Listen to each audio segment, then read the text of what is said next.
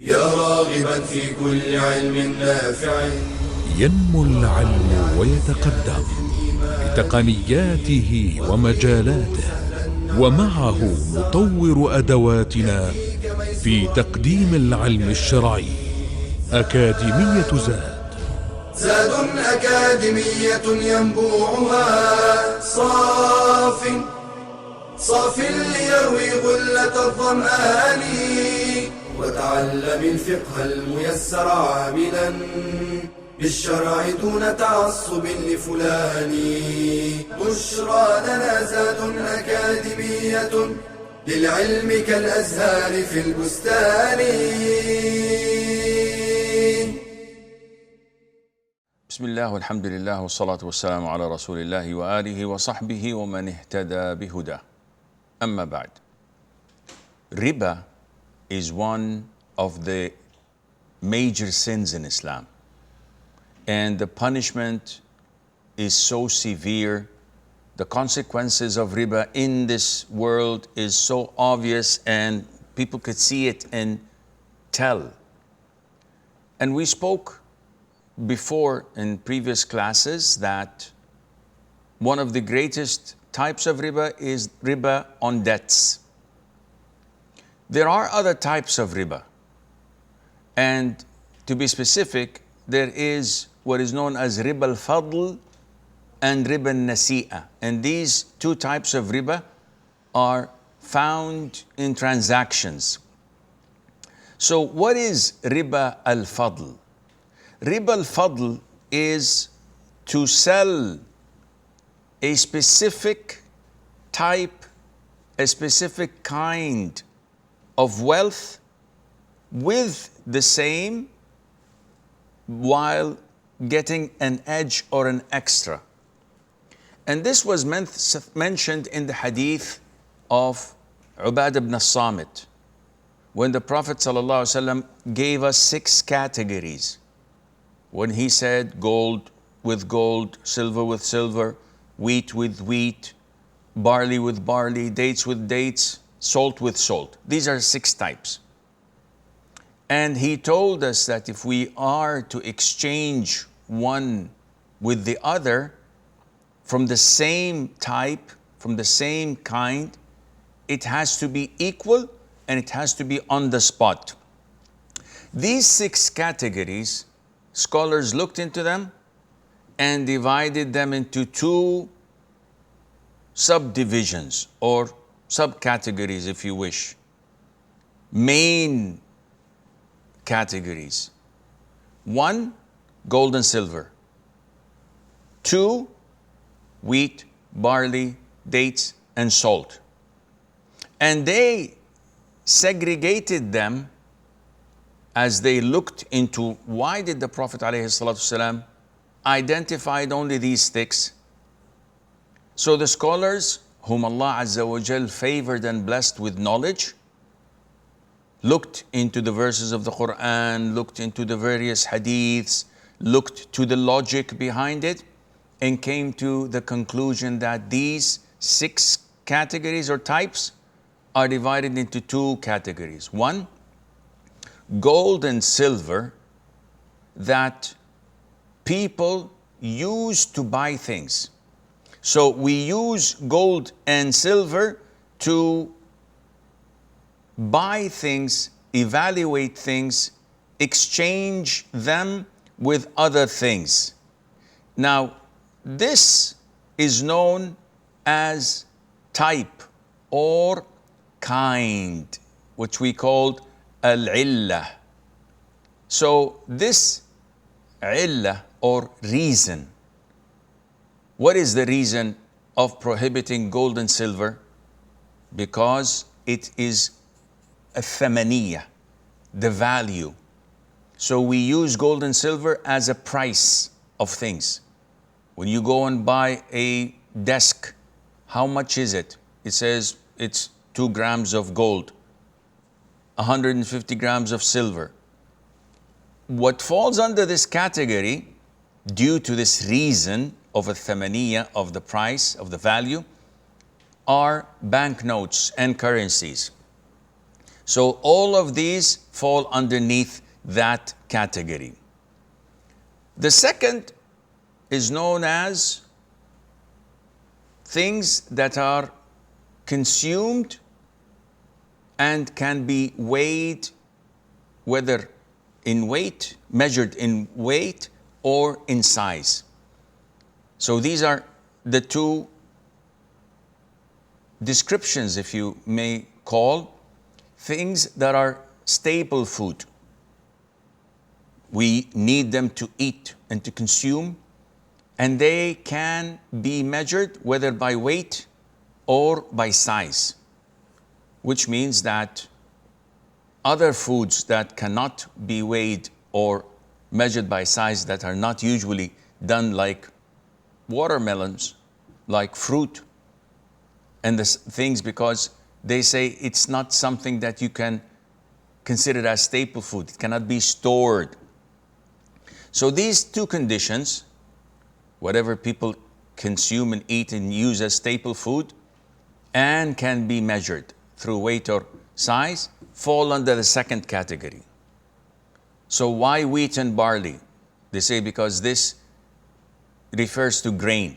So things like corn, like rice, and the rest of it, raisins and the likes, fall under this category.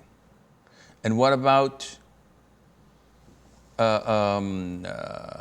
dates?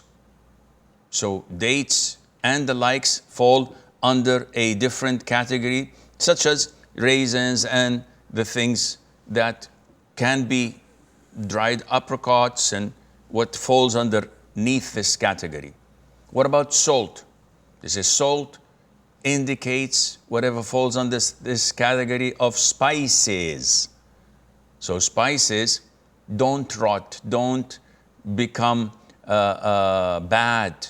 We can store it and we need it and we use it and the likes. So what is the evidence of it becoming haram?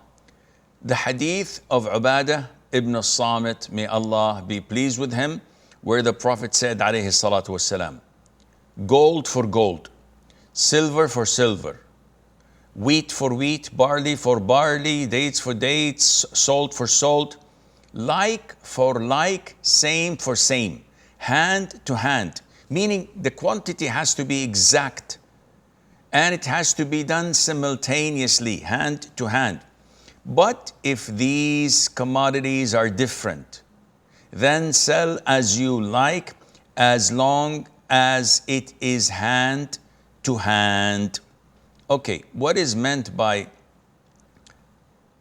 if the commodities are different? See, to understand this, you have to look into the different scenarios.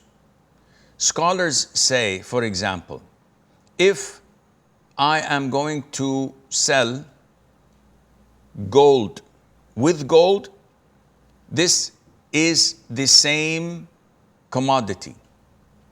So gold with gold, we have to be equal exactly in the carats, in the weight, in the caliber. So 100 grams of 24 caliber or carat, is it carat? I don't know. 24 grams has to be sold for 24 grams. 50 grams for 50 grams. And the same degree of purity. Because then there would be no riba. But the logic would say, so why would I give someone 20 grams of gold and get the same exact quality of 20 grams gold? Well, this is to prevent riba. Nobody's going to do this because I might as well keep the one that I have. But if the type is different, meaning gold and silver, these are two different types. In this case, I can sell, and definitely the weight is not going to be the same. I can't sell 20 grams of gold for 20 grams of silver. The difference is Huge. What is the condition required? It has to be done simultaneously. So here is your 20 grams of gold and give me my 1500 grams of silver. That's fine. Likewise, if we're talking about exchange, so if I come and exchange $100 for, let's say, maybe 50 pounds sterling, it has to be done simultaneously. I cannot say, okay, here's your $100. I'll come after an hour and collect my 50 pounds sterling. This is prohibited. Why? We've already agreed on the price. We've already agreed on everything, but it was not done simultaneously. And this is haram. Likewise, if the types are equal, if the kind is the same, number one, it has to be identical in weight, quantity, and it has to be done simultaneously. If they differ, then it is no problem in the difference of quantity or weight, but it has to be done simultaneously, as in the case of dollars for pounds or euros and the likes. What happens if it is different? So if it is gold, silver, or currency, in exchange of dates or a different category altogether, or barley or any of the other types, there is no problem in such an exchange. So I can buy from you 200 kilograms of dates, providing I pay you in a month's time in dollars. That's fine.